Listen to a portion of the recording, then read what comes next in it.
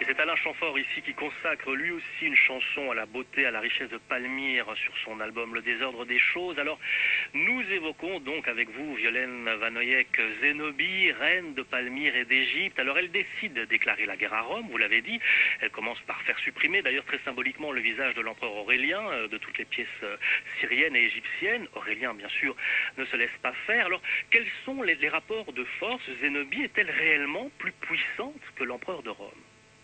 Alors, elle est plus puissante que l'empereur de Rome à partir du moment où elle a une armée qui est aussi puissante que celle de Rome et à partir du moment où les empereurs, j'allais dire, ne sont pas à la hauteur. Et ça a été vrai pendant quasiment tout le règne d'Odénate. Et arrive Aurélien.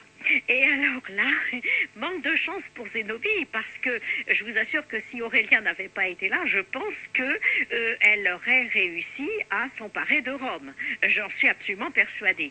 Mais là, elle tombe sur quelqu'un qui d'ailleurs, n'a pas une fortune, mais qui a une idée et un objectif, et qui est têtu, et qui est courageux, c'est de vouloir redonner à Rome son ancienne grandeur. Voilà.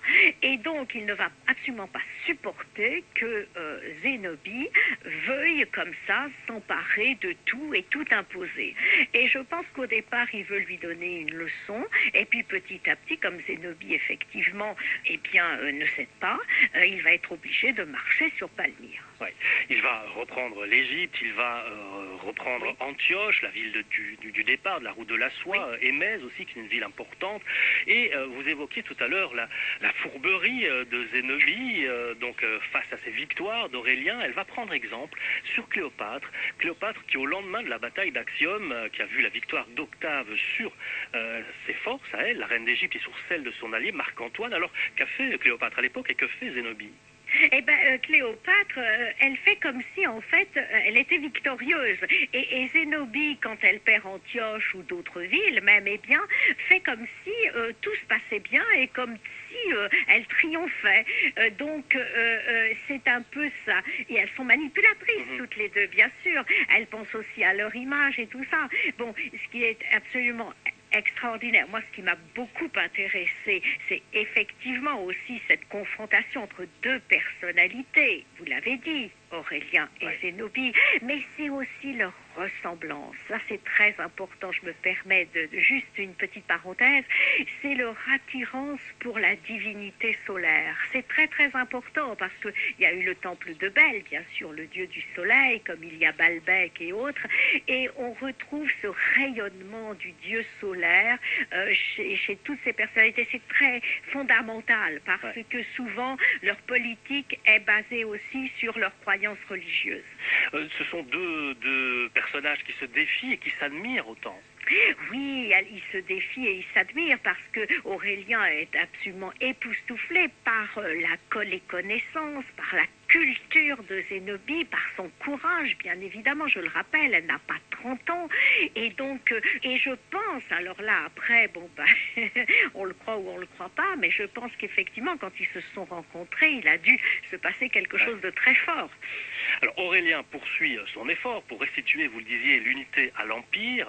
Au printemps 272, il s'approche de Palmyre, il fait le siège de la ville, il propose un marché à Zénobie, qu'elle se rende, et ainsi elle serait correctement traitée, à condition bien sûr qu'elle renonce à ses titres. Alors quelle est la réaction de Zénobie? Eh bien, écoutez, Zénobie, elle ne veut céder en rien, hein, donc c'est clair. Il va finir par donc être obligé de l'emmener avec lui à Rome. Il aurait pu la tuer, il aurait pu l'éliminer, mais il ne le fait pas.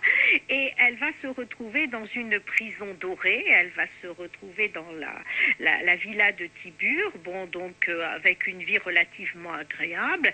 Et malgré tout, bien qu'elle soit éloignée de Palmyre, de sa ville et autres, elle va quand même, parce qu'elle gardait des contacts avec des espions, elle va réussir encore à manœuvrer pour que Palmyre reprenne le pouvoir et tente de nouveau de lutter contre les Romains.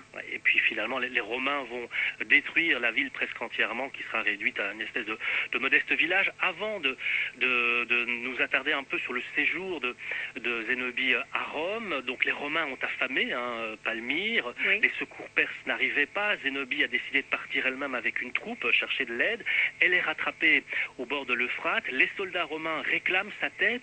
Et là, elle a fait une chose assez étrange, Violaine Vanoyek, une chose qui ne lui ressemble pas. Elle a paniqué. Oui, elle a paniqué parce que en fait, alors est-ce qu'elle a vraiment paniqué? Bon, mais je crois qu'elle sentait effectivement, elle ne s'attendait pas à avoir un empereur qui soit aussi déterminé, je crois. Hein. Voilà, elle s'est jetée aux pieds d'Aurélien. Alors là aussi, est-ce de la comédie? Est-ce la réalité? Il semble que oui. Est-ce qu'elle a joué véritablement la comédie? Je pense que oui, d'ailleurs. Bon, tout ça était encore de une manière d'essayer de reprendre comment la direction des choses. Et puis, comme on l'a dit, voilà, ça s'est malheureusement terminé dans un triomphe pour Aurélien. Aurélien qui devait faire un exemple de Zénobie. Oui, vous savez, ça ressemble étonnamment là aussi à Cléopâtre. Hein. Octave avait battu Cléopâtre. Il voulait qu'elle revienne en triomphe, la faire défiler dans son triomphe à Rome. Et Cléopâtre, comme vous le savez, s'est donné la mort pour justement ne pas lui faire cet honneur-là. Bon. Et là, Zénobie, elle, aurait pu procéder de la même façon. En revanche, c'est vrai qu'elle revient, elle va à Rome, mais comme elle a, semble-t-il, quand même séduit beaucoup Aurélien, donc elle peut le manipuler et elle peut tenter d'obtenir de lui beaucoup d'avantages. Alors il faut imaginer l'humiliation quand même que ce triomphe, puisque au cours du cortège, on va voir défiler le char de Zénobie, ce char qu'elle avait évidemment sur lequel elle avait prévu de s'installer lors de sa conquête de Rome. Oui, voilà. Alors donc, effectivement, on peut imaginer, en plus elle est enchaînée, etc. Enfin, on peut imaginer tout ce qu'elle doit endurer à ce moment-là pour quelqu'un qui avait autant d'ambition, on va dire. Mais je reste persuadée que jamais elle n'a baissé la tête. D'ailleurs, ce qu'il prouve, c'est ce que je vous disais tout à l'heure, qu'elle continue à avoir des espions et à essayer de reprendre le pouvoir, même quand elle est en prison, dans une prison dorée à Rome. Donc je crois que même quand elle défilait avec les chaînes, elle devait déjà imaginer ce qu'elle pouvait faire contre Aurélien. Aurélien est assassiné, lui, à l'automne 275. À partir de là, on perd la trace de Zénobie et de son fils Walbala.